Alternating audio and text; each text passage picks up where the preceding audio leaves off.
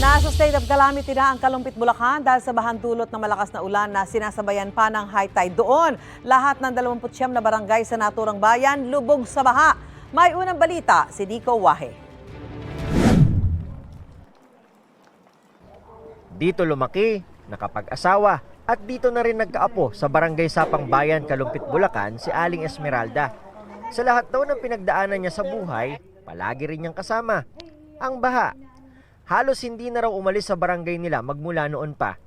Nagkakatalo na lang kung gaano kataas o kababa. Siguro po habang ano na yan, yung high tide na yan, baka habang panahon na yan. Katabi kasi ng barangay ang Pampanga River na madalas high tide. Kailan ba huling nawala ng tubig dito? Ala pa po. Diretso po. Nung March, nung Tag-Araw. Tag-araw lang po. Tapos, maski po tag-araw, Meron din. meron po. Hindi naman po nawawalan. Kaya mga bahay na lang dito ang nag-adjust. Karamihan may second floor. Marami rin sa mga residente may kanya-kanyang bangka. Kapag wala namang bangka, ganitong salbabida ang meron sila. Ay, lalabas natin. Ito ang salbabida ni Nanay Esmeralda. Ginagamit to nung kanyang mga apo kapag papasok sa eskwela. Ito, nilalagyan nila ng bangkito at may palanggana sa butas ng mismong gulong na salbabida para dito sila uupo at makapasok sa eskwela. Ang iba naman, sirang ref ang gamit. Halos araw-araw po, high tide ang nangyayari po sa amin dito. Kaya po ang mga bata na nag-aaral, nahihirapan po. Ang mga residente po rito, nahihirapan din po. Mas malala raw ang taas ng tubig lalo ngayong masama ang panahon na dulot ng habagat. Nakaamba pang tumaas ang tubig dahil sa inaasahang 4.9 meters na high tide. 4 na sunod-sunod na araw yung ganyang kataas at dahil nga tila forever ang tubig dito, 100 ektaryang sakahang lupa ang hindi na napapakinabangan. Nagmimistulan na lang ito mga ipunan ng tubig. Ang magsasakang gaya ni Kagawad Renato, hindi na raw alam ang gagawin sa kanyang lupa.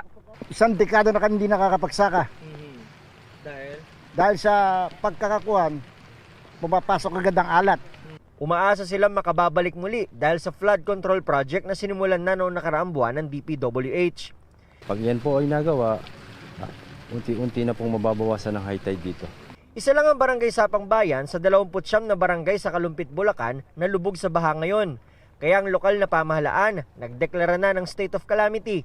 Handang-handa naman po kami kung ano man po yung disaster po na aming naranasan sa ngayon. Yung mga dati pong hindi nilulubog, ngayon po ay nilulubog na din. Lalo higit yung mga subdivision po. Halos wala nang labasan yung tubig. Mahigit 40,500 na pamilya na ang apektado. Katumbas yan ng mahigit 131,000 na individual. Mahigit 300 namang pamilya ngayon ang nananatili sa evacuation centers.